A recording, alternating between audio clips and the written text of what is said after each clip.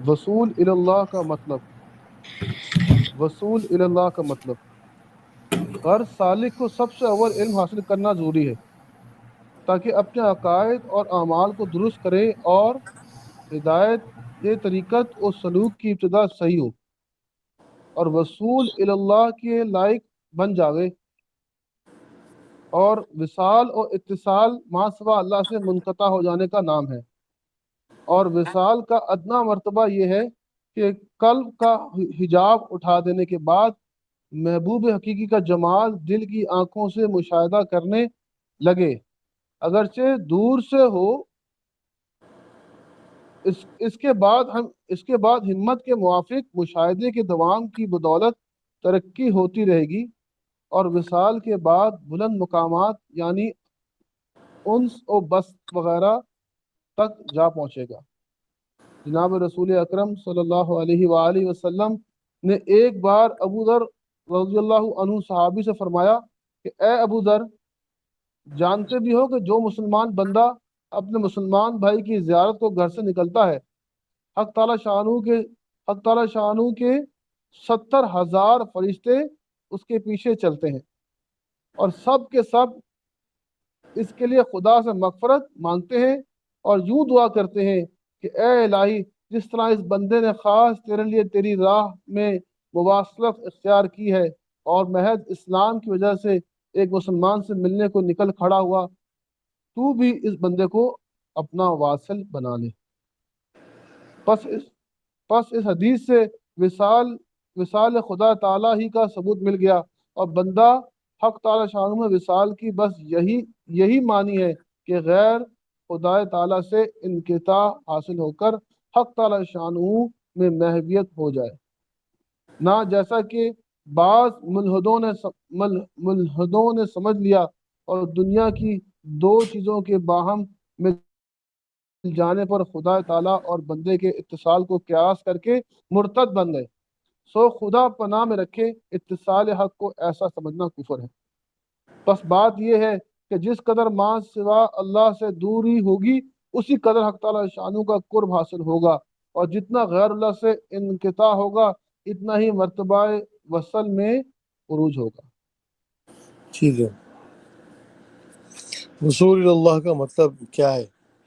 وصول اللہ، اللہ سے انسان جڑ جائے، اس کا مطلب کیا ہے وہ بتا رہے ہیں کہ اپنے عقائد کو صحیح کرے،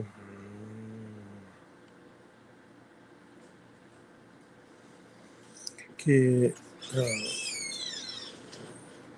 اور واصل ہونے کا ادنا مرتبہ یہ ہے کہ قلب کا حجاب اٹھا دینے کے بعد محبوب حقیقی کا جمال دل کی آنکھوں سے مشاہدہ کرنے لگے، اگرچہ دور سے ہو۔ اس کے بعد ہمت کے موافق مشاہدے کے دوام کی بدولت ترقی ہوتی رہے گی، یعنی جب دل کے آئینے میں سے ساری زنگ اور آلودگی رذائل صاف ہوں گے تو انسان دل کی آنکھ سے خدا کا مشاہدہ شروع کر دے گا۔ آپ سمجھے بات واضح ہے ساری؟ جی جی جی ہاں، دل کی آنکھ سے مشاہدہ شروع کر دے گا، یہ اس کی بگننگ ہے۔ اور اس کے بعد یہ ہے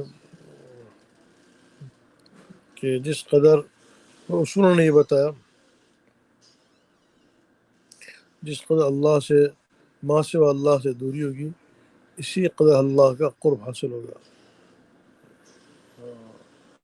اور جتنا غیر خدا سے انقطاع ہوگا اتنا ہی مرتبہ وصل میں عروج ہوگا، یعنی جتنا آپ دنیا سے کٹیں گے اتنا آپ خدا سے جڑیں گے۔ اور یہ مطلب ہے وصول اللہ کا، کہ دل کے اوپر سے ساری جو آلودگی ہیں اور جو جتنی ہیں تو اللہ کے ذکر سے صاف ہوتی ہیں، تو خوب اللہ کا ذکر جب کثرت سے کرتا ہے آدمی تو اس کے اوپر سے آہستہ آہستہ آہستہ ساری چیزیں صاف ہونے لگتی ہیں، تو صاف ہوتے ہوتے بالکل آئینہ بن جاتا ہے، اور وہاں عکس ربانی پڑتا ہے۔ یہ ہے سارا چیز واضح ہوگی نا؟ یہ سوال تو نہیں ہے؟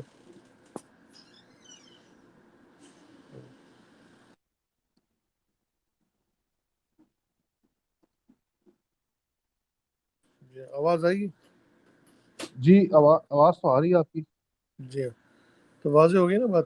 رسول اللہ کا مطلب جو ہے جی جی کہ ذکر کی کثرت سے دل کے اوپر سے جتنی جو گندگی ہیں وہ ہٹ جائے تاکہ انسان خدا کی کہ دل کی آنکھ سے خدا کا دیدار کرے. اور بقول مولانا الیاس رحمۃ اللہ علیہ کے وہ اس آیت کی تشریح میں فرمایا کرتے تھے الذین یظنون انہم ملاقو ربہم وانہم الیہ راجعون. تو یہ فرماتے تھے، مفسرین نے لکھا ہے اس کے اندر کہ اس سے مراد قیامت میں خدا کا دیدار ہوگا. وہاں الیاس رحمۃ اللہ علیہ فرماتے تھے یہ دنیا کے اندر ہے. بعض کہتے ہیں قیامت میں. مولانا الیاس کی تفسیر یہ تھی کہ دنیا میں ہوگا. یہ مولانا منظور نعمانی صاحب نے بھی لکھا ہے اس کو اپنی کتابوں میں. تو الذین یظنون انہم ملاقو ربہم وانہم الیہ راجعون، اور کہا یہ چیز ان کو دنیا میں حاصل ہوتی اور یہ چیز انسان کو ملتی ہے کہ یعنی اپنے آپ پر محنت اتنا کرے کہ بالکل جو اس کی جو دل کے اوپر تہ چڑھی ہوئی ہے وہ صاف ہو جائے، صاف ہو کر اس کو خدا کا نور اس میں چمکنے لگے، تو پھر اللہ تعالیٰ اس کو یہ چیز حاصل ہوتی ہے. اس لیے کہتے ہیں کہ ذکر کی کثرت کریں. چلیں جی. طالب دین کے لیے اہم نصائح. لہذا طالب کو چاہیے کہ جس مرتبے پر چڑھے ترقی کا مطلب گار ہو اور زیادہ قرب کی کوشش کرے، نہ یہ کہ ٹھہر جائے اور طلب ختم کر دے. مولانا فرماتے ہیں اردو پڑھنا چھوڑ دیں. جی نیز یاد رکھنا چاہیے کہ کسی بندے کو زیبا نہیں کہ اپنے آپ کو تمام علوم کا واقف سمجھ بیٹھے اور لگے خاصان خدا پر گرفت کرنے اور بے علمی کے سبب زبان دراز بن کر ان کو زندیق اور بدعتی بنائے. یہ بڑی غلطی ہے. حق تعالیٰ شانو فرماتے ہوتا ہیں یہ ہے، ہاں یہ کہ بتا رہا ہوں کہ ہوتا یہ ہے کہ بس انسان جب بعض ذکر وغیرہ کرنے لگتا ہے، چونکہ یہ چیز اتنی عوام میں عام نہیں ہے اور مدرسوں کے اندر بھی اس کی اتنی تعلیم اتنی صحیح طریقے سے ہوتی نہیں، تو ہوتا یہ ہے کہ لوگ پھر ان کے اوپر خاصان خدا پر گرفت کرنے اور بے علمی کے سبب زبان درازی کرتے ہیں اور کیا کہتے ہیں ان کو زندیق اور بدعتی کہتے ہیں بھئی یہ کہاں سے آ گیا، یہ بدعت ہے، یہ غلط ہے، یہ زندیقیت ہے، یہ کیا طریقہ ہے ذکر کرنے کا، یہ کیا ہے. کیونکہ ان کے علم میں ہوتا نہیں، اس پہ محنت کی بھی ہوتی نہیں، اور کیا کہ فلانا عالم صاحب نے کہہ دیا کہ بھئی یہ غلط ہے اور کر کے اس کو منع کر دیتے ہیں. تو ان کے لیے یہ حالانکہ لکھنے والے کون ہیں، بڑے بڑے چوٹی کے لوگ ہیں. یہ کتاب جو ہے امداد السلوک کی مولانا رشید احمد گنگوہی رحمۃ اللہ علیہ، مولانا کیا کہتے ہیں زکریا صاحب، مولانا عاشق الہی میرٹھی، یہ اتنے اونچے لیول کے اتنے بڑے چوٹے علماء ربانیین ہیں، وہ یہ کہہ رہے ہیں. تو پھر وہ لوگوں پہ فتوے لگا دیتے ہیں. جو بعض ایسے علماء بھی جن کو اس لائن کا علم نہیں ہوتا، تو وہ بھی بس دیکھا دیکھی کسی کہ کوئی سن لیا تو بیچارے کو علم نہیں تھا، اس نے کیا کہتے ہیں فتویٰ لگا دیا کہ یہ بڑا عالم نے فتویٰ لگا دیا. بعض وقت ہوتا یہ ہے جو بڑا عالم بھی ہوتا ہے وہ ان کو بھی پوری دسترس نہیں ہوتی پورے کسی مسئلے کے اوپر، وہ بھی ان سے غلطی ہو سکتی ہے. بعض مرتبہ وہ بھی ایک فتویٰ لگا دیں. جیسے ابن تیمیہ رحمۃ اللہ علیہ نے ابن عربی کے بہت سخت فتوے لگا دیے، تو خود سارے علماء نے ان کا دفاع کیا اور یوں کہا کہ بھئی یہ آدمی یا ان کی بات کو سمجھے نہیں. دو وجہ سے فتوے لگاتے ہیں. اب جو ہے یہ میں بات کہہ دوں، دو وجہ سے. ایک تو کیا ہوتا ہے کہ بھئی اب آگے آتے بھی آئے گی اس کے اندر کہ انسان کو یہ ہر آدمی کو سب کا سب علم ہونا یہ مشکل ہے. یہ ہر چیز کے اندر ہر چیز کے اندر وہ اپنا رائے رکھے، یہ ذرا مشکل ہے. یہ اللہ کے نبی صلی اللہ علیہ وسلم کی خاصیت تھی. ہر علم کے اندر انسان کو مہارت ہو، یہ کیسے ہوگا؟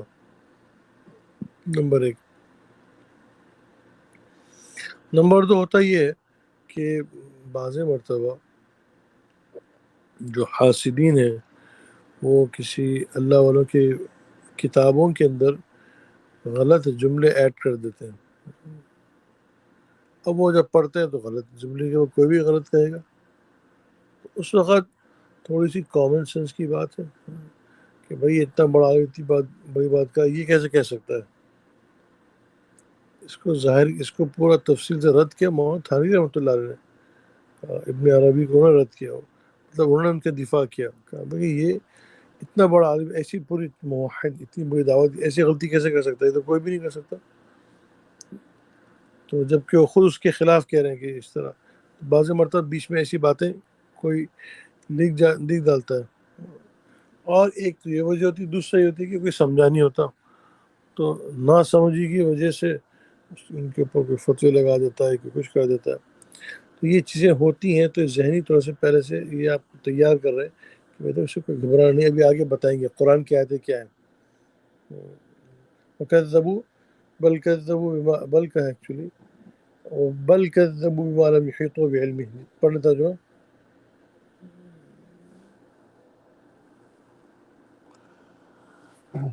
جی پڑھوں میں؟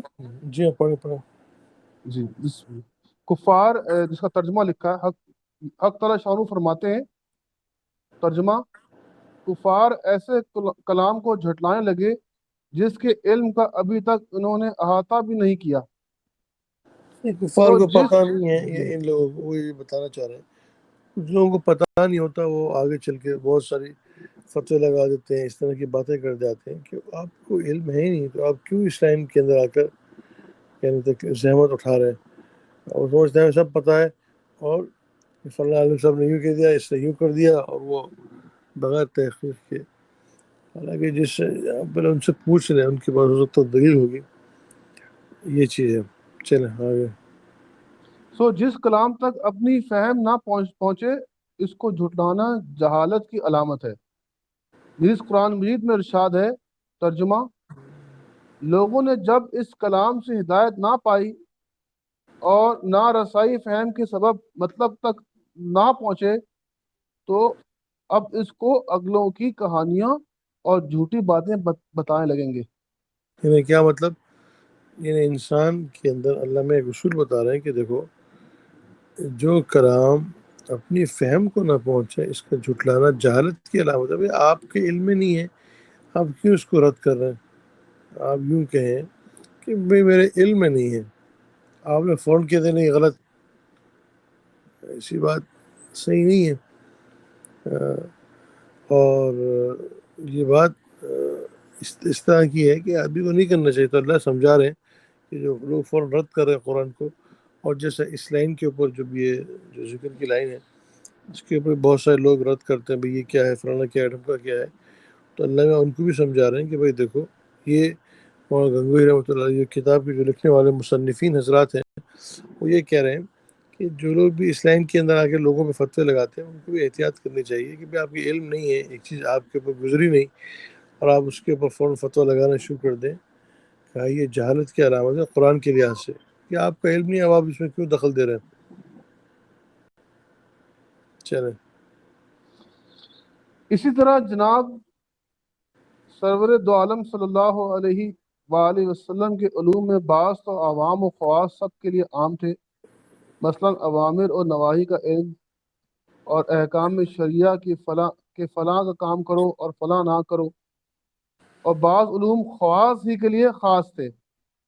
چنانچہ صاحب سر حضرت حذیفہ یمانی رضی اللہ عنہ کو تعلیم ہوئے، اور حضرت علی رضی اللہ عنہ فرماتے ہیں کہ رسول اللہ صلی اللہ علیہ وآلہ وسلم نے مجھ کو علم کے 70 باب ایسے تعلیم فرمائے کہ میرے سوا دوسرے کو نہیں بتائے.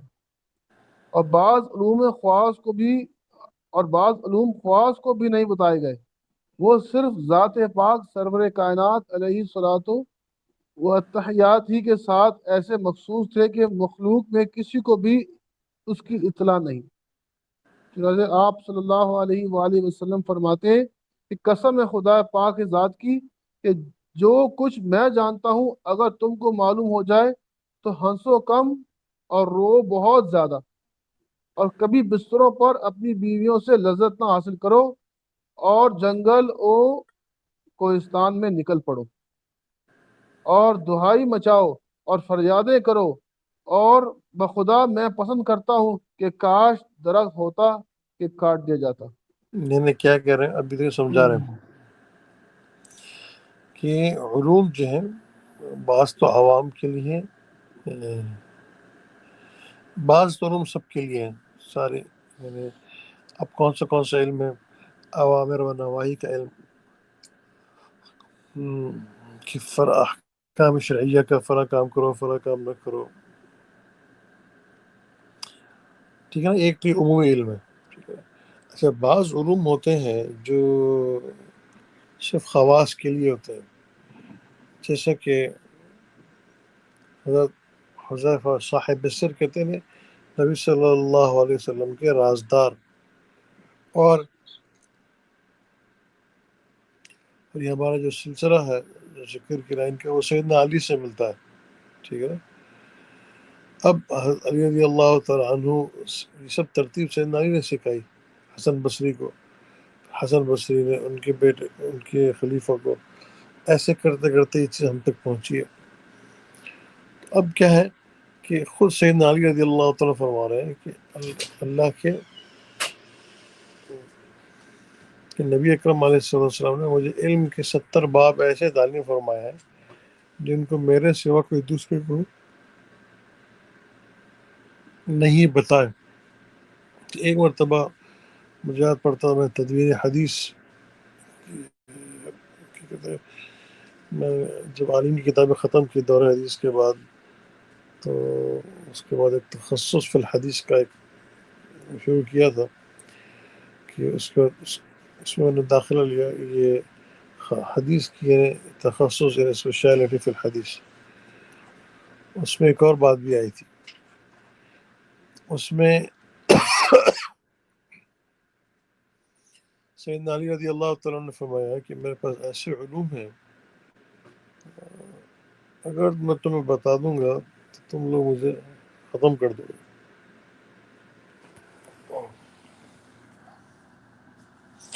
تو یہ سب علوم سب کے لیے، اسپیشلی جو علم معرفت ہے وہ ہر ایک کے لیے نہیں ہے، اللہ تعالیٰ اس علم معرفت اس کو دیتے ہیں جو طالب ہو، اس کو اللہ تعالیٰ یہ چیز عطا فرماتے ہیں،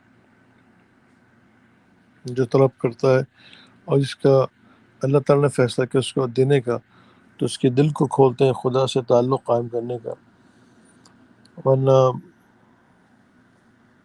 عوامر اور نواہی، بھئی آپ ایسے نماز پڑھ لیں، ایسا کر لیں، یہ جائز ہے یا ناجائز ہے، یہ تو الحمدللہ پوری دنیا میں ہو ہی رہا ہے، لیکن مطلب معرفت کا مطلب یہ خدا کا تعلق کیسے انسان کے ساتھ قائم ہو جائے، اور پھر اس تعلق کے ساتھ وہ سارے اعمال کرے، اور پھر اس تعلق کا راستہ اس کو اللہ خدا دکھائیں کہ بھئی اس راستے سے تمہیں تعلق ملے گا خدا کا۔ یہ پوری ایک ترتیب ہے، اور یہ ترتیب کسی کی بنائی بھی نہیں ہے، یہ تو پوری صحابہ سے نکل کے ہم تک آئی ہے۔ ہاں، تو یہ بتا رہے ہیں جو بزرگ بتا رہے ہیں ہمیں ان کتابوں کے اندر، یہ سارے علوم ہیں وہاں سے۔ تو اس لیے ایک تو یہ کہ اپنی ان چیزوں کو آپ حضرات سے بھی گزارش یہی ہے کہ اپنے احوال کو اور اپنے چیزوں کو ان کو آپ اپنے انسان اپنے حد تک رکھے۔ البتہ ایک تو ہے کہ ایک آدمی اپنی طرف سے بتا رہے لوگوں کو بھئی ایسا ہوتا ہے، یہ ہوتا ہے، وہ ہوتا ہے، خام اب لوگ مجھے بتاؤ کیا ہے، اب لوگ اور پریشان ہیں، یہ ہے وہ ہے۔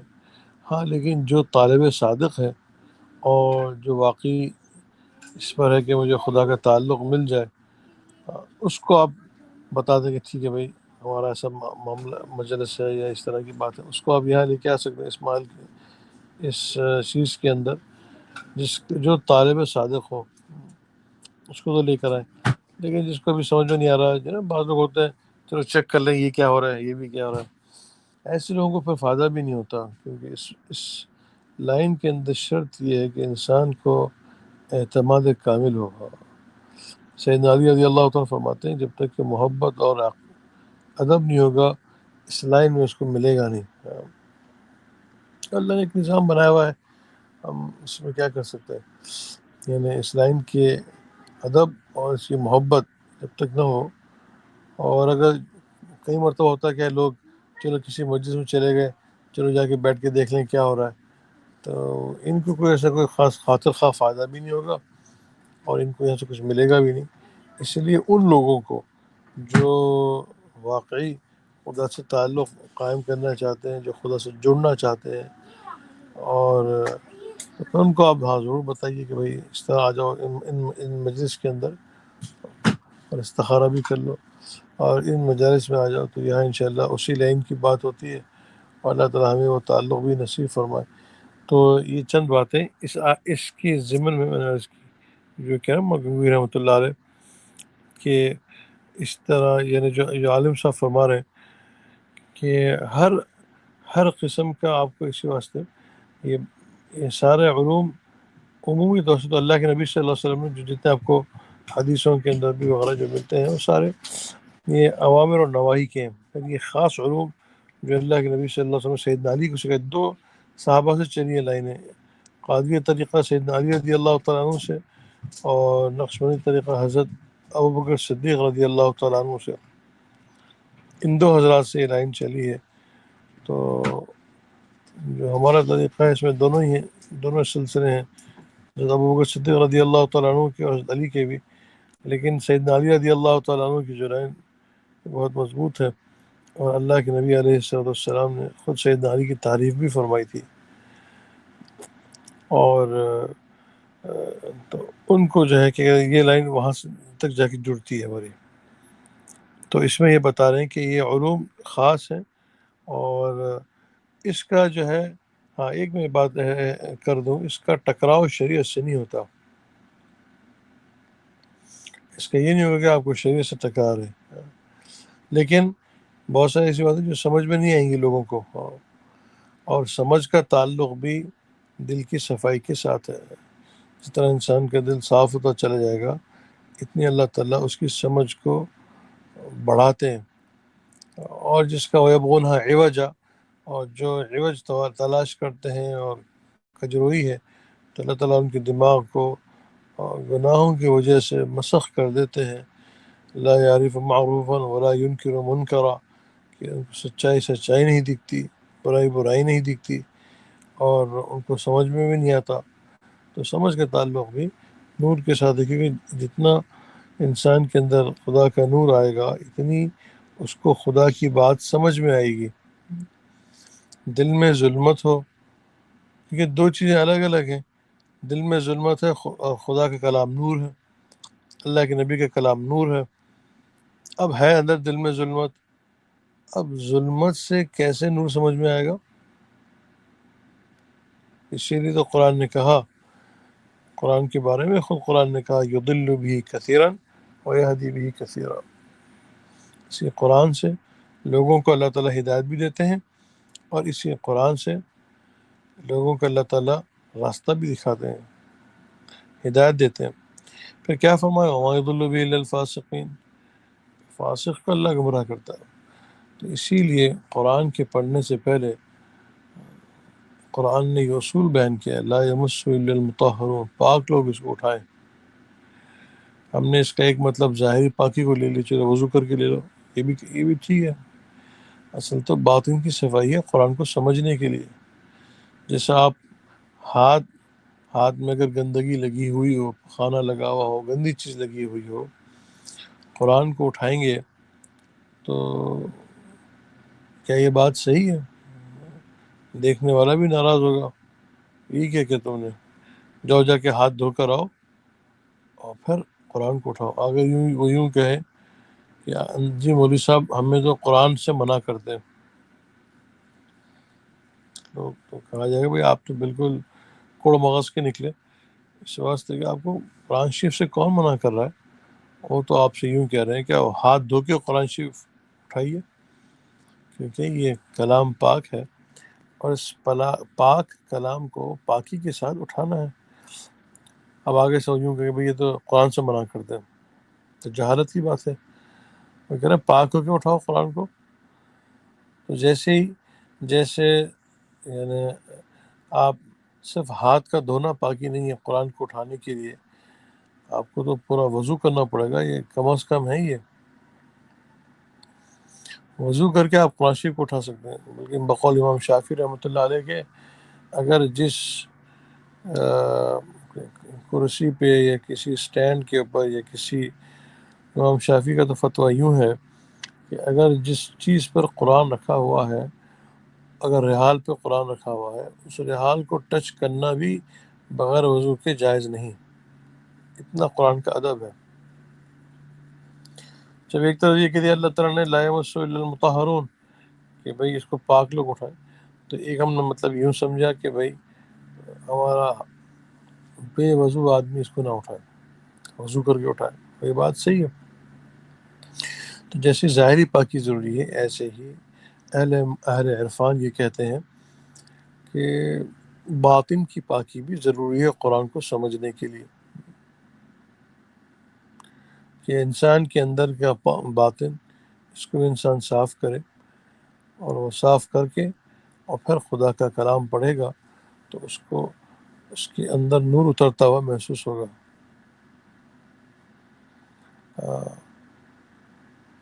تو اللہ تعالیٰ اس کے فوائل، تو اس لیے قرآن نے کہا کہ کتاب متشابہ مثانیہ تقشعر من جلود الذین یخشون ربهم، ان کے تو دل کانپ اٹھتے ہیں قرآن سے. لیکن اگر قرآن سے انسان ٹچ سے مچ نہ ہو جائے، قرآن لوگ یہ سمجھتے ہیں کہ بھئی آپ عربی سمجھتے نہیں اس لیے قرآن سے کچھ اثر ہوتا نہیں، تو اس لیے ہم تو اس زمرے میں آئے نہیں. یہ کیا بات ہوئی کہ اس کا کیا کہتے اثر کا تعلق زبان سے نہیں ہے. دو مثال ایک دوں گا، لیکن آپ حضرات اس کو غلط نہ سمجھیں، ٹھیک ہے نا؟ لیکن سمجھ میں آنا پڑتا ہے. لیکن ایک سمجھنے کے لیے انسان کہیں سے بھی، اللہ تعالیٰ بھی مکھی کی مچھر کی سب بہت ساری مثالیں دی ہیں سمجھنے کے لیے. اب جیسے شادی ہو جاتی ہے تو جذبات میں آنے کے لیے کہ وہ چاہیے آپ کو، نہیں بھئی اگر عورت کیا کہتے ہیں انگریز ہے، گوری عورت ہے، تو یہ مجھے صرف اردو آتی ہے، اور کون سی اردو؟ عربی کی زبان، عربی کی زبان ہے. اس واسطے کہ اس میں کوئی وہ چیز نہیں ہوتی. تو ایسے ہی جذبات کے لیے اس میں جب جو اللہ کا جو کلام ہے اس میں یہ نہیں ہوتا کہ بھئی آپ کو مجھے عربی آئی تو مجھے اس پہ اثر ہوگا، اور عربی نہیں آتی تو مجھے قرآن پہ اثر نہیں ہوگا. ایسا نہیں ہے. اللہ کے کلام اگر دل زندہ ہے تو آپ کو عربی کا ایک لفظ نہیں پتا ہوگا اور دل کے پرخ سے اڑا ہوں گے. دل کی قرآن کہہ رہا ہے کتاب متشابہ مثانیہ تقشعر من جلود الذین یخشون ثم تلین جلودهم وقلوبهم الی ذکر اللہ. وہ اس واسطے کہ روح متجلی ہو گئی تو فوراً اس کا اثر قبول کرتے ہیں. قرآن کیا، جیسے صحابہ رضی اللہ عنہ مجمعین، کیسا قرآن. ہمارے یہاں کہتے جی قرآن سے اثر لو، تو کیسے اثر لیں؟ انجیکشن لے کے اثر لیں؟ کیا کریں؟ آپ کہہ رہے قرآن سے اثر لو. اثر لینے کے لیے آدمی ایکٹنگ کرے گا، جی میں اثر لے رہا ہوں. یہ کیا بات ہوئی کہ قرآن سے اثر لو؟ ہم نے قرآن سے اثر لو ایسا سمجھ جائے جیسے نماز پڑھو. تو قلبی کیفیت قلب کا تعلق تھوڑی کوئی عمل سے ہے. اور بیٹھ کے ایک بڑے صاحب تشکیل قرآن سے اثر لو اور پھر حدیث سے اثر لو، ہمارے دل حدیث سے اثر لینے والے بن جائیں. قرآن سے اثر ہے بھائی، آپ بتا بھی دیں کیسے اثر لیں گے قرآن سے حدیث سے. آپ نے کہ قرآن سے، اب آپ نے حکم دے دیا. ایک جگہ پہ میں تھا، انہوں نے کہا کہ بھئی تعلیم کے رقم پہ آپ قرآن سے اثر لو. کیا کریں، وہ سمجھ رہے جیسے نماز پڑھتے ویسے یہ بھی کوئی عمل ہے کہ آپ بھی نماز پڑھ لیں تو ہو گیا کام. اب قرآن سے اثر لو تو کیا مطلب اب ایکٹنگ کرے کہ بھائی مجھے اثر ہو رہا ہے، یا میں رونا شروع کر دوں، مطلب کیسا؟ یہ تو قلب کی کیفیت کا نام ہے. اس کو کہہ رہے ہیں اللہ میاں، اللہ پاک کیوں کہہ رہے ہیں کہ یعنی اس کا اثر ہوتا ہے. اب ہم نے کیونکہ معلم صاحب نے پڑھا ہوا تھا تو اس کا ترجمہ پڑھ دیا انہوں نے کہا بھائی تخشعر من جلود الذین کہہ کے اثر. تو بھائی اثر لینے سے تھوڑی اثر ہوتا ہے. ہم مثال کے طور پہ بھائی کسی بیوی مر گیا اب اثر لو، تو ایسا تھوڑی ہوتا ہے. وہ تو کسی کی ماں مر جائے، کسی کے والد مر جائے، کسی کے بھائی مر جائے، بیوی مر جائے تو وہ خود بخود اثر ہوتا ہے. اندر چونکہ محبت ہوتی ہے تو اس کی ماں کے مرنے پر، بیوی کے مرنے پر، بچے کے مرنے پر، کسی کے مرنے پر اب وہ خود بخود اس پر غم طاری ہوتا ہے، اس کے جسم پہ، اس کے قلب پہ. اس کو یہ کہنا نہیں پڑتا او بھائی اثر لے اپنی موت کا، اپنے بھائی کی موت کا، ماں کی موت کا اثر لو. تھوڑی اس سے کہتے ہیں کہ بھائی آپ کیا کہتے ہیں آپ کی آپ کے ماں کا انتقال ہو گیا آپ اثر لیں. یہ تھوڑی ہوتا ہے میرے بھائی، ایسا نہیں ہوتا.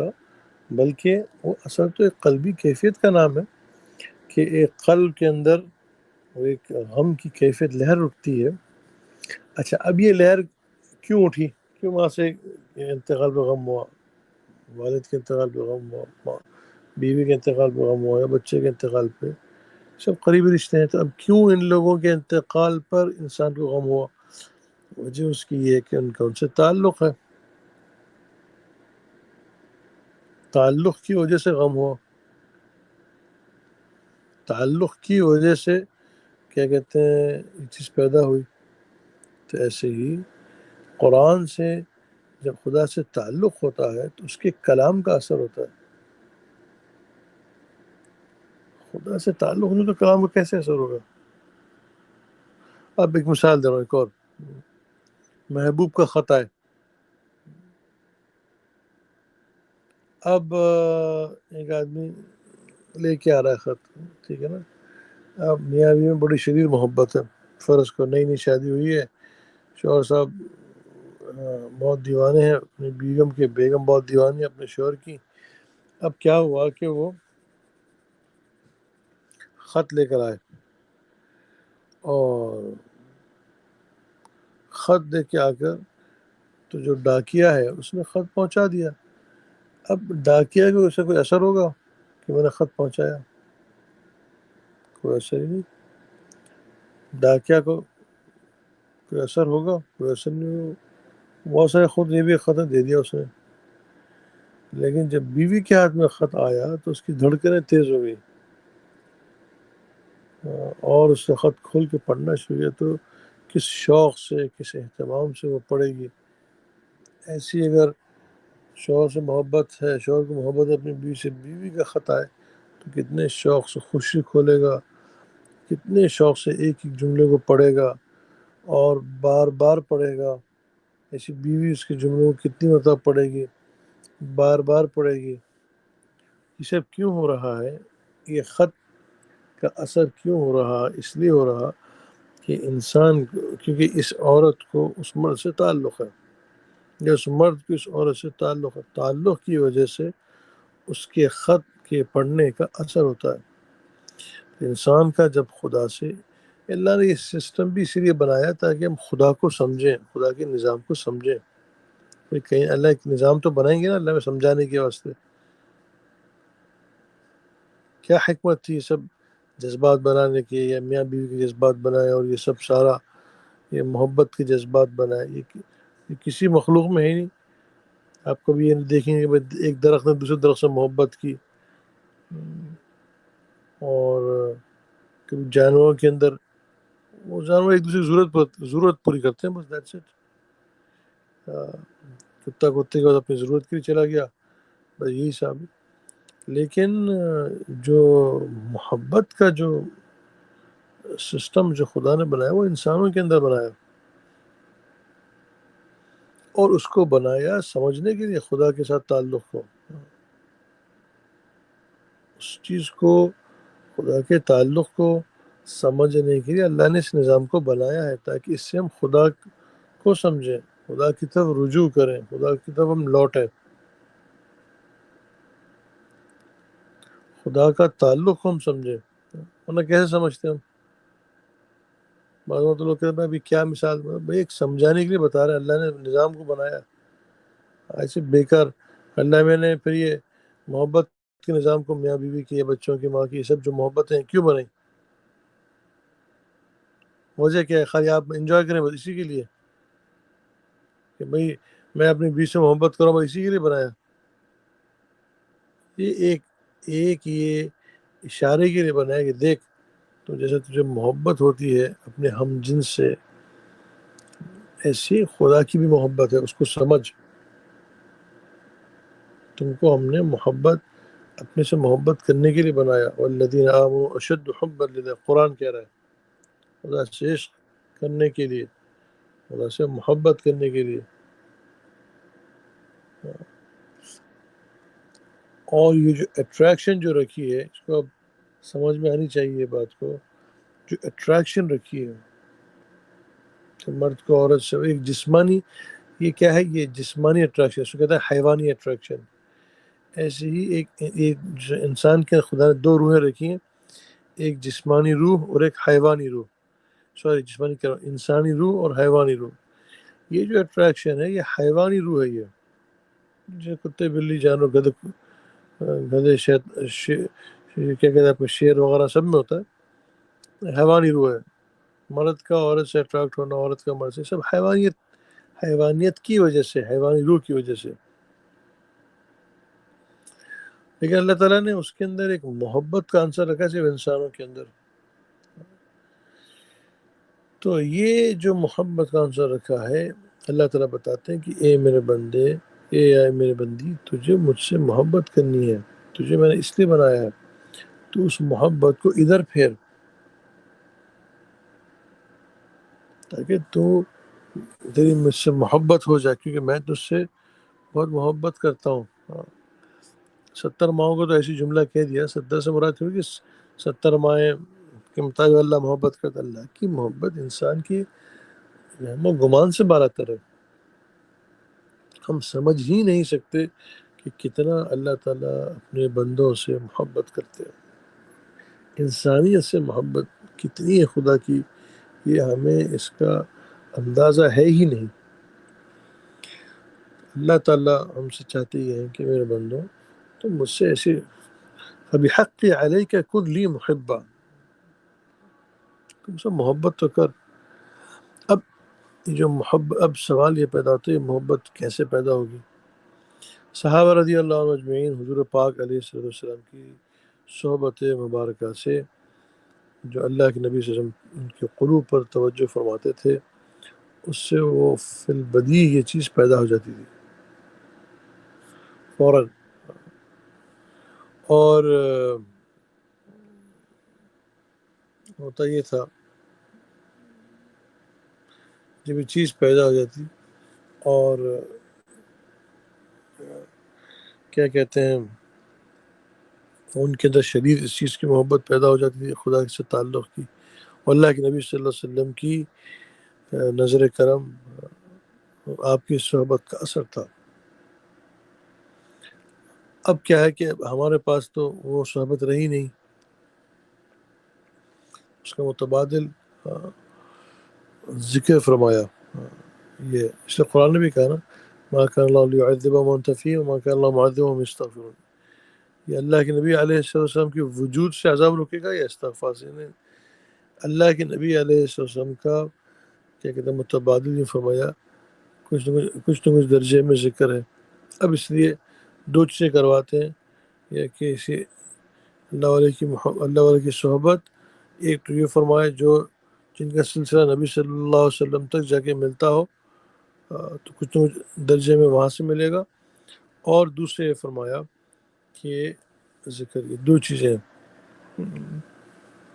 اللہ والے سے ہمارے جو دل کے اندر جو بتی ہے، جو حیوانی روح ہے، وہ ایکٹیویٹ ہوتی ہے، حیوانی روح ایکٹیویٹ ہوتی ہے.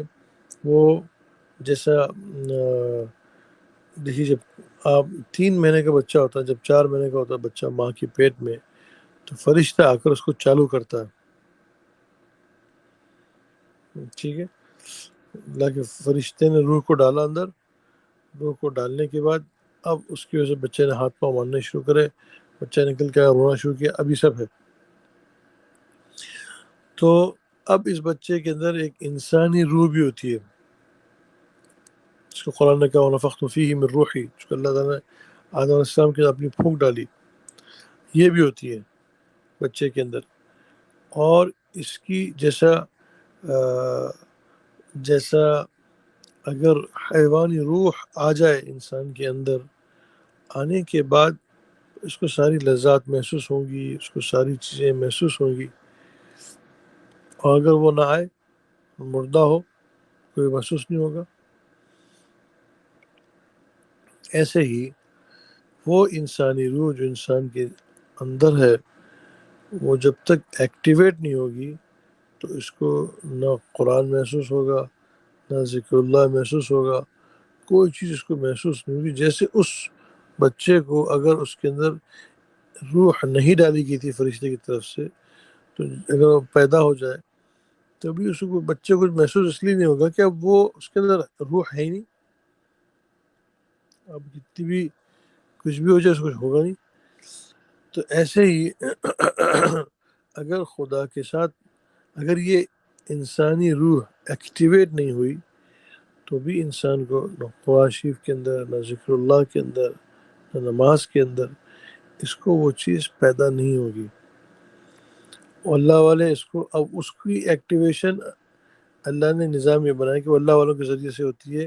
کیا مطلب اللہ والے خود جن کی اندر کی بتی سلگی ہوئی ہے، یہ ہے تو دیں گے نا دوسروں کو، اندر ہے نہیں دوسروں کیسے دیں گے؟ تو ان کے اندر یہ چیز ہے. تو اسی واسطے ان کی صحبت سے کیا ہوتا ہے کہ ہمارے اندر بھی وہ چیز لگ جاتی ہے. اب وہ لگ جاتی ہے اور لگنے کے بعد اس کے اثرات بدل جاتے ہیں. اس لیے ایک آدمی اپنی طور سے ذکر کر رہا ہے اور ایک آدمی نسبت کا ذکر کر رہا ہے، یہ فرق ہوتا ہے دونوں کے اندر. اس لیے فوراً اس کی ترقی شروع ہو جاتی ہے. ایک آدمی کوئی کتاب کھول لیا، کسی بزرگ کی کتاب لکھی، اس میں یہ لکھا کرنا شروع کر دیا، تو اس کو وہ نسبتیں تو نہیں ہے، ثواب مل جائے گا اس کو، اس میں کوئی شک نہیں ہے، ثواب تو ضرور ملے گا.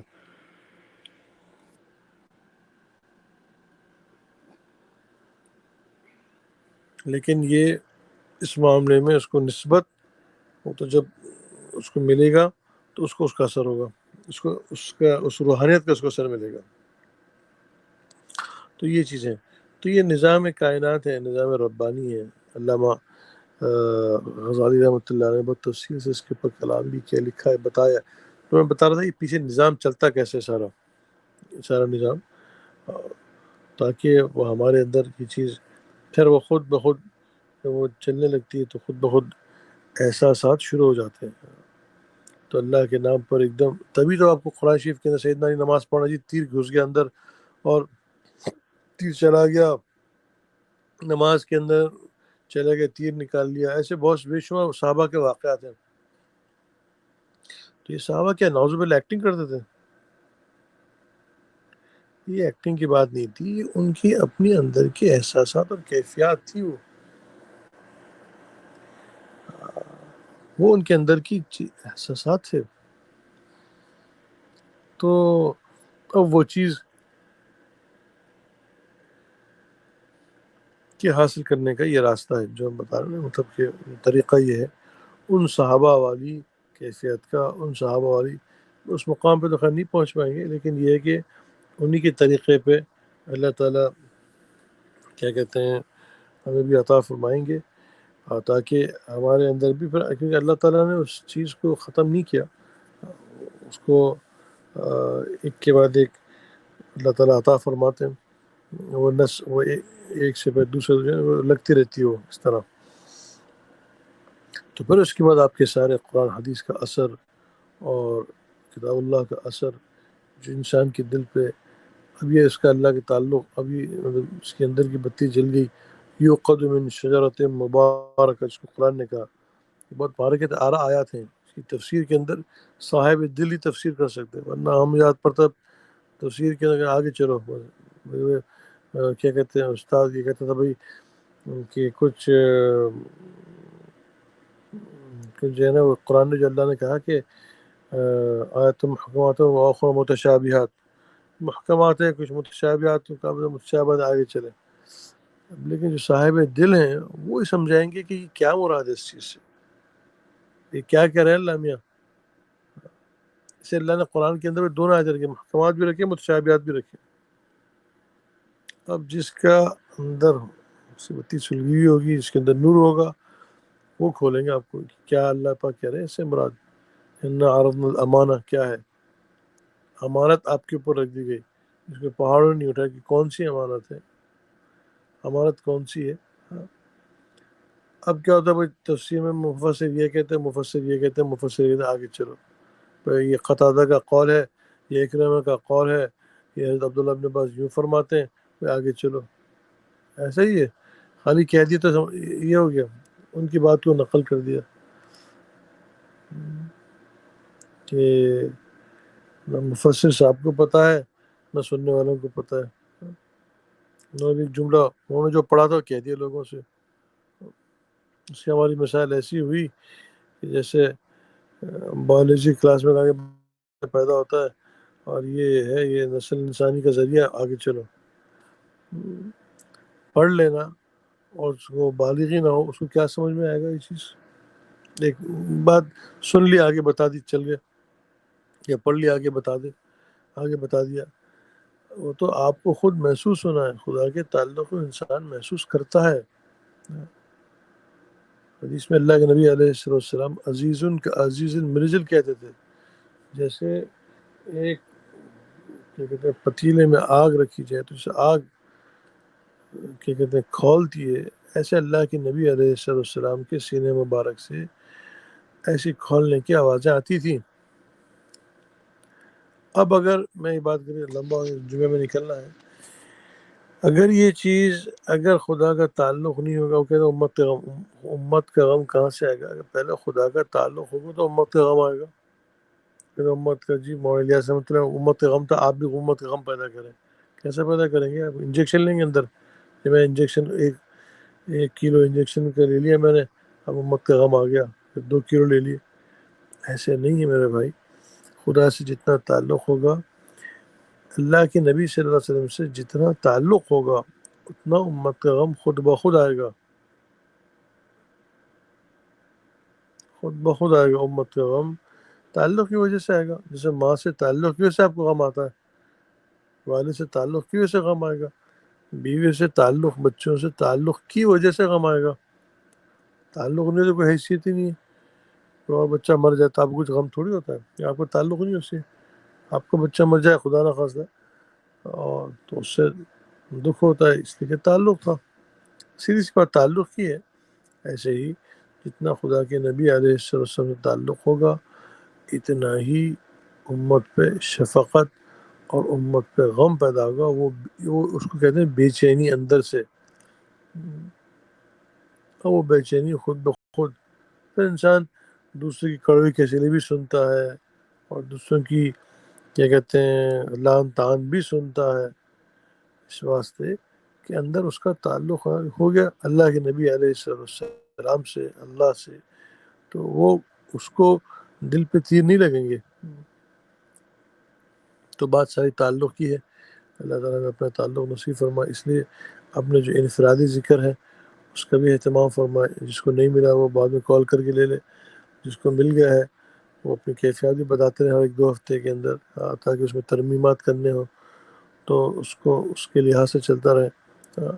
اور یہ جو ہمارا بیٹھنا ہے، یہ کوئی یہاں ایک میں بات واضح کر دو، شاید کسی کے ذہن میں آ رہی ہو بات، یہاں نہ پیری مریدی کچھ نہیں ہے، یہاں صرف یہ ہے کہ آدمی خدا کا نور لے اور آگے نکلے۔ اصل یہ ہے کہ خدا کا ہم نور لیں، خدا کا تعلق ہے، تو یہ ایک راستہ ہے تاکہ ہمیں خدا کا تعلق قائم ہو جائے، یہ اصل مقصود ہے۔ تو اس لیے جن حضرات کا ہے ذکر وہ اپنے اس ذکر پہ چلتے رہیں، اور اگر کسی کا نہیں ہے تو وہ کال کر کے بعد میں پوچھ لیں کہ بھائی میں نے یہ ذکر لینا ہے، مطلب کیسے کرنا ہے، کیا طریقہ ہے۔ تو اس کے بیک گراؤنڈ کے لحاظ سے عام طور سے ذکر دیا جاتا ہے۔ تو اس کو لے کر پھر اس کا اثر جیسے انسان کے اندر خدا کا تعلق ہونے لگتا ہے تو آپ کے جسم پہ اس کے اثرات ظاہر ہوں گے، معاملات ظاہر ہوں گے، دل کی کیفیت تبدیل ہوگی، پھر لوگوں کے ساتھ آپ کا برتاؤ تبدیل ہوگا، ہر چیز اندر سے تبدیلی آئے گی۔ ظاہراً ایک تو ظاہری تبدیلی ہے اور ایک اندر سے تبدیلی آئے گی۔ تو اندر سے جب تبدیلی آئے گی، جو ظاہر کا اسلام ہے وہ اندر اتر جائے گا، جو حلق تک اسلام ہمارا اسلام ہے وہ حلق سے دل میں اتر جائے گا۔ تو جب یہ چیز ہماری آئے گی تو خود انسان کو اپنے اندر سے خوشی محسوس ہوتی ہے، جو کہ حدیث میں آتا ہے اذا سرت کا حسنتک وساعت کا سیئتک فانت مومن، فرمایا جب تجھے نیکی خوشی کرے اور برائی تجھے غم میں ڈالے، سرت کا حسنتک وساعت کا سیئتک فانت، پھر تو مومن ہے۔ یعنی نیکی کے فعل سے، نیکی کی طرف اس کے دل کے اندر نیکی اتر جائے گی، اس لیے اس کو کرنے سے اس کو خوشی ہوگی، اور برائی سے اس کو قدرتی نفرت ہوگی، برائی سے خود بخود وہ بچے گا۔ جیسے اس وقت اگر تعلق معاملہ نہیں ہے تو انسان کیا کہتے ہیں، بعض وقت کہتے ہیں جی میں مسجد سکون ملتا ہے وغیرہ وغیرہ۔ یہ میں ایک بات عرض کر دوں، پھر لمبا لینا نہیں چاہا، معافی چاہتا ہوں، آپ حضرت کا بہت ٹائم لے لیا۔ بعض لوگ کہتے ہیں جی ہم کیا کہتے ہیں ہمارا جو ہے نا ہم تو دلی مسجد میں لگتا ہے وغیرہ، اور ہم جو ہے اس طریقے سے۔ تو ایک میں بات واضح کر دوں، عبادات بعض مرتبہ عبادات عادت بن جاتی ہیں، عبادات جو ہیں وہ عادت بن جاتی ہیں۔ جیسے آج کل لاک ڈاؤن کے اندر جی بہت غم ہے لوگوں کے، میں مسجد نہیں جا رہے، ہونا بھی چاہیے اگر عبادت کے لیے ہو، لیکن بعض مرتبہ عادت بن گئی ہے تو مسجد جانے کی عادت ہے۔ اگر وہ کیسے پتہ یہ عبادت ہے یا عادت ہے، اس کا سیدھا سیدھا کرائٹیریا ہے۔ اگر خدا کا تعلق ہو تو ان کو تو یہ ہو رہا ہے کہ بھائی ہم جائیں، لیکن اگر مسجد میں بیٹھ کے جی میں مسجد میں بہت پریشان ہوں تو مجھے بہت دکھ ہے، اچھا بھائی اب مسجد میں بیٹھ کے غیبتیں شروع کر دی، تو اب کیا ہوا بھائی، آپ کو خدا کا تعلق، وہ تو حرام چیز کر رہے ہیں، آپ مسجد کے اندر حرام کھا رہے ہیں، حرام عمل کر رہے ہیں، کیا کہتے ہیں، تو اب کیا ہوا، یہ اب یہ کیسی خدا کی عبادت ہے کہ مطلب یعنی وہاں اب تو آپ کو بہت دل تڑپ رہا تھا، اور اب بیٹھ کے اب مسجد کے اندر ہی غیبت کریں، چغلی کریں، لائینی کریں، حرام باتیں کریں، تو یہ کیسا تو اس کا مطلب یہ آپ کا دین عبادت والا نہیں ہے، عادت والا دین ہے۔ آپ کو عادت تھی مسجد جانے کی اور کچھ نہیں۔ اگر خدا سے تعلق ہوتا تو پھر آپ گناہ کے قریب بھی نہیں پھٹکتے۔ جائے گی کہ مسجد کے اندر گھر کے خدا کے گھر میں بیٹھ کر، لیکن میں موٹی سی اگزامپل دی ہے، کیا کہتے ہیں گناہ کر رہا ہے، گناہ کو گناہ بھی نہیں سمجھا، فوراً مل کے مسجد میں بیٹھ گئے، دونوں مل گئے، دونوں ملتے اور بھائی دیکھا تم نے فلانا مولوی صاحب نے ایسا کیا، فلانا آدمی نے یوں کیا، آج کلپ ان کے بارے میں یہ آئی۔ تو آپ چونکہ ہمارے مساجد بدماشیوں کے اڈے بن گئے تو خدا نے سب کو بند کر دیا، کوئی ٹھہرنا نہیں میری مسجد میں، تو کسی کی دعا لگی تھی، اللہ نے واپس کھولا اس کو۔ سارے جو ہے نا مطلب یہ شو پٹ اپ والا دین تھا، ساری اس طریقے کا کہ مسجد میں بیٹھ کر برائیاں چل رہی ہیں، وہی اب یہ بھی گشت میں نکلنا، اچھا بھائی ان کے گھر گشت میں جانا، ان کے گھر میں جی وہ اس کے گھر میں جانا ضروری ہے، وہ تو بالکل شرابی ہے، کبابی ہے، اس کا بیٹا تو بالکل چرسی ہے، اس کے گھر میں پہلے جاؤ۔ تو تم یہ گھر میں بیٹھ کے مسجد میں بیٹھ کے یہ گشت کے نام پہ غیبت کر رہے ہو، اور کیا کیا اب گشت کر کے واپس آ گئے، اور واپس آنے کے بعد جی احوال سنا ہے، اب احوال بھی سنا رہے ہیں کہ فلانے گھر میں گئے، اس کی بیوی چڈی پہن کے آ گئی، اتنے مولوی صاحب کے گھر پہ گئے، ان کی بیوی تو برقع ہی نہیں پہنتی، وہ ہمیں بات کر رہی تھی، ان کے گھر میں کہ اتنا بڑا ٹی وی تھا، بچے کیا کہتے ہیں، تو بھائی کیا کریں، ہم یہ احوال سنا رہے ہیں، یعنی غیبتوں کا نام احوال رکھ دیا۔ تو پھر اگر اتنی عادت تھی مسجد کی تو بھائی حرام کیوں کر رہے ہو؟ تم خدا سے اتنا قرب تھا تو بھائی حرام کیوں کر رہے ہو؟ مسجد میں تو کیا آپ کا سلیکٹیو دین ہے؟ وہاں بڑی طلب تھی مسجد میں جانے کی، اور اب کیا ہوا؟ اگر اتنی خدا کی طلب تھی میں مسجد میں جاؤں، خدا کا قرب محسوس ہو، تو گناہ کیوں کر رہا ہے پھر؟ اور وہ مسجد میں بیٹھ کے ایک مثال دے رہا ہوں، ایسی بے شمار، یہ تو ایک میں نے مثالیں دی ہیں، آپ حضرات شاید زیادہ اس علم آگے ہوں گے مجھ سے، کہ بہت ساری، اللہ معاف فرمائے، انہیں بہت ساری نظر آ جاتی ہیں۔ اور اگر ایسی انسان خدا کا تعلق ہوتا ہے، گھر کے اندر کوئی غلط چیز ہو کہ کچھ بھی ہو رہا ہے، تو گھر میں آتے ہی دوستوں کے مجلس میں بیٹھ کے پوری کیا کہتے ہیں پارٹی میں دیکھ لیں۔ ایک مرتبہ میں نے بھیجا، ایک بہت بڑے عالم کا ایک مقالہ تھا، اس کے اوپر غیبت کے اوپر، میں دوست کو بھیجا، میرے ڈاکٹر صاحب، تو وہ کہنے لگے بھائی یہ آپ نے جو بھیجا ہے تو ہم پھر پارٹی میں جائیں گے تو بات کیا کریں گے؟ آپ نے تو کہہ رہے ہیں کہ بات کرنے کی کچھ، میں نے کہا بھائی میری کوئی باتیں نہیں ہے، یہ تو میں اللہ کے رسول کی باتیں ہیں علیہ السلام۔ تو وہ آپ کو میں نے فارورڈ کیا، ان کو میں نے فارورڈ کرنے لگے کہ واقعی اتنا یہ گناہ ہے؟ میں نے کہا اب یہ پڑھیے، تو کہنے لگے پھر ہم پارٹی میں جاتے تو ہم بات کیا کریں گے؟ پھر ہمارا تو مقصد ہی ہوتا ہے بیٹھتے ہی یہ پی ٹی آئی کیا کر رہی ہے اور نون لیگ کیا کر رہی ہے، اس میں کہ ایک تو یہ کہانی شروع ہوتی ہے، پھر دوسرے کیا کہتے ہیں فلاں لوگوں کے بارے میں، اور بس سارا یہ یا غیبت ہوگا یا لغو ہوگا، یہی ہے۔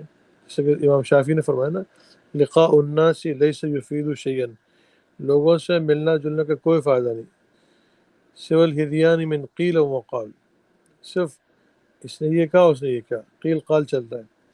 فاقلل من لقاء الناس، تو لوگوں سے ملنا کم کر دے، الا لاخذ العلم او اصلاح حال، یا علم کو حاصل کرنے کے لیے یا اپنے دل کو معاملے کو ٹھیک کرنے کے لیے، اس کے علاوہ تم کیوں مل رہے ہو؟ تم عرض یہ کر رہا تھا کہ خدا کا جب تعلق ہوگا تو پھر ٹھیک ہے، اگر آپ کو مسجد کا اتنا ہے تو پھر برائی سے بھی، یعنی آپ کو نیکی کی اتنی تڑپ ہے، تو پھر سوال یہ پیدا ہوتا ہے کہ پھر اب یہ اگر خدا سے اتنا تعلق کے ساتھ مسجد جا رہے ہیں تو پھر یہ گناہ سے کیوں نہیں بچ رہے؟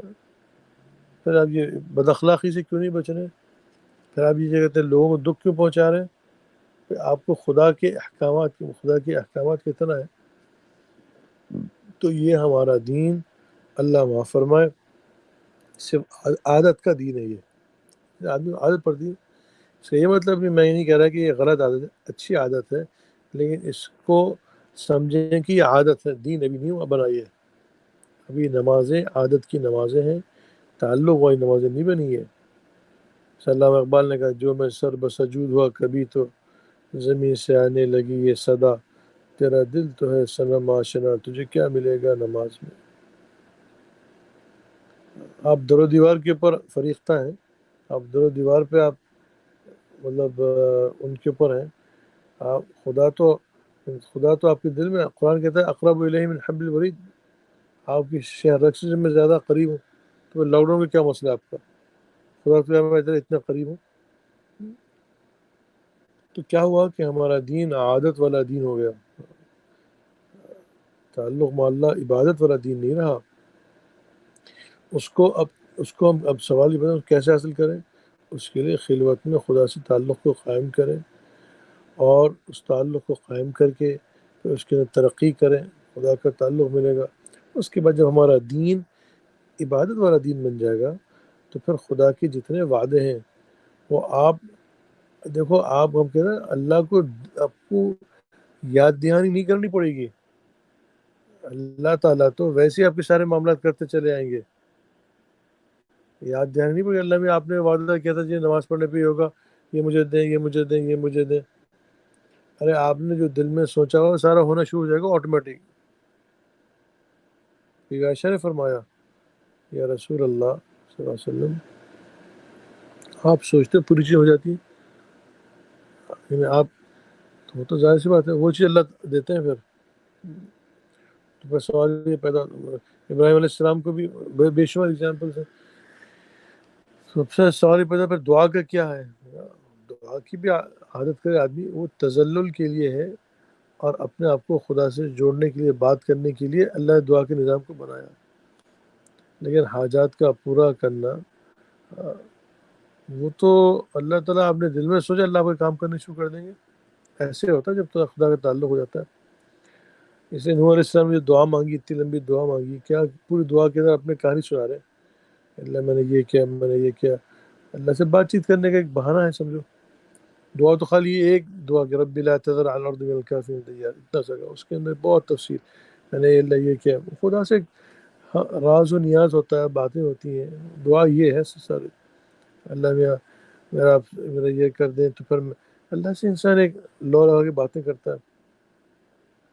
جب انسان کا اور اللہ تعالیٰ اتنی جلدی اپنا تعلق دیتے ہیں، انسان جیسے ہی اللہ کی طرف رجوع کیا، اس نے رجوع کیا نہیں، خدا سے تعلق بننا شروع ہوا نہیں. اتنا جلدی ہوتا ہے.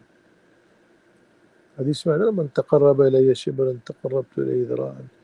تم ایک ہاتھ، تم ایک بالش، تمہیں دو بالش آتا ہو. ایک ہاتھ تمہیں دو ہاتھ آتا ہو. اور اتانی یمشی اتیتو ہر والا. آج ہی فجر میں پڑھ رہے تھے کہ جو چل کے آئے گا خدا اس کو دوڑ کے لیتے. تو اللہ تعالیٰ تو کیونکہ اللہ نے بنایا ہی ہے ہمیں اپنے تعلق کی وجہ سے، اور پھر اس تعلق کو لے کر پورے عالم میں پھرنا، اس کو کہتے ہیں تبلیغ. جو انبیاء علیہ السلام کا شیوا ہوتا تھا اپنے اس تعلق کے ساتھ. جو کیفیت نشے والا نظر نہیں آتا چلتے ہوئے کہ یہ نشہ ہی ہے، دیکھتے ہی آپ کہتے ہیں. ایسے خدا کا تعلق والا نظر آتا ہے. صحابہ کو، صحابہ کی کیفیت کو دیکھ کر صحابہ کہتے ہیں کونوا مثل ہماری طرح بن جاؤ، جیسے ہم خدا کی محبت میں سرشار ہیں، تم بھی ایسی ہو جاؤ. تم بھی خدا کو اپنے زندگی اللہ کے ساتھ تعلق کو قائم کر لو. پھر وہ کیا ہوگا، ہمارا کیا ہوگا، تمہارا جیسا ہمیں کتنا فرض تمہیں بھی ہوگا. پر یہ جتنے اب لوگ جو لمبی چوڑی تقریر آتی ہیں، بھائی اخلاق ٹھیک کرو اور پتہ نہیں کیا کیا، بھائی ماں باپ سے اچھے رہو، بھائی ابا سے اچھا رہو، بھائی بیوی سے اچھا رہو، بھائی دوستوں سے اچھے رہو، غیبت مت کرو، حسد. یہ ساری کہانیاں جب نور آتا ہے تو خود بخود برائیاں چھوٹ جاتی ہیں، نیکی خود بخود آ جاتی ہیں. کیا کہتے ہیں، سب چیزیں ہو جاتی ہیں. یعنی یہ ساری چیزیں ایک اس کے اوپر ہی الیاس سے فرمایا کرتے، ایمان آئے گا ساری چیزیں آ جائیں گی پوری. اب ایک ہی چیز کو بیان کرنی شروع کی. اب لوگ بیچارے کوشش بھی کر رہے ہوتے ہیں. آسان راستہ یہ، خدا کا تعلق لو، پھر خود اپنی زندگی میں اس کے آپ اثرات دیکھیں. خدا کے تعلق میں کیسے انسان کو خوشی ہوتی ہے. اللہ مجھے بھی، آپ کو، ہم سب کو اپنا تعلق بھی نصیب فرمائے، اور اس تعلق کے اندر ترقی بھی نصیب فرمائے. ٹھیک ہے جی، انشاءاللہ. السلام علیکم. اچھا بشیر، آپ سے بات کرنی تھی ایک سے. جی مولانا انشاءاللہ. اچھا پھر کیا کریں، اس میں بات کر لیں. ایک سیکنڈ. اچھا جی، چلو اس میں بات کرتا ہوں. مجھے